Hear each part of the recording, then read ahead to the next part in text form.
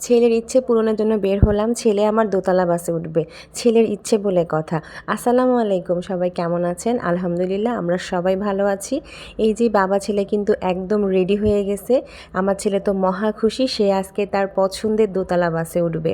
তো এই যে আমরা এখন রিকশায় উঠে গেলাম। আমরা এখন ফার্মগেটে যাব। ফার্মগেট থেকে তারপরে দোতলা বাসে উঠব।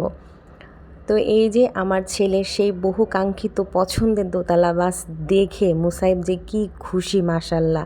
কিন্তু বাসে অনেক যাত্রী ছিল, আর আমরা আসলে ওরকম বাসে ওঠা হয় না, বাসে উঠি না বললেই চলে। শুধু ছেলের ইচ্ছার জন্য আজকে আমরা দোতলা বাসে উঠব। মানে দোতলা বাসে করে কোথায় যাব সেটাও জানি না, বললাম বাস যেখানে যাবে সেখানে যাব, আবার সেখান থেকে ঘুরে চলে আসব। তো ওর বাবা বলল তাহলে চলো আমরা শাহবাগ যাই। আমি বললাম আচ্ছা ঠিক আছে, তাহলে শাহবাগে ছেলেকে নিয়ে ঘোরাফেরা করে তারপর আবার দোতলা বাসে করেই চলে আসব। আর আমার ছেলে তো দেখেন মহা খুশি, সে দোতলা বাসে উঠছে, দোতলা বাস করতেছে শুধু, আর আশেপাশে সব দেখতেছে। আর দেখেন কিছুক্ষণ পরই আবার সে ঘুমায়ও গেছে। আমরা ভাবছিলাম যে শাহবাগ যাব, কিন্তু শাহবাগ যাইতে দেয়নি, ওখানে কি জানি সমস্যা হয়েছিল, সব গাড়ি ঘুরাই দিচ্ছিল।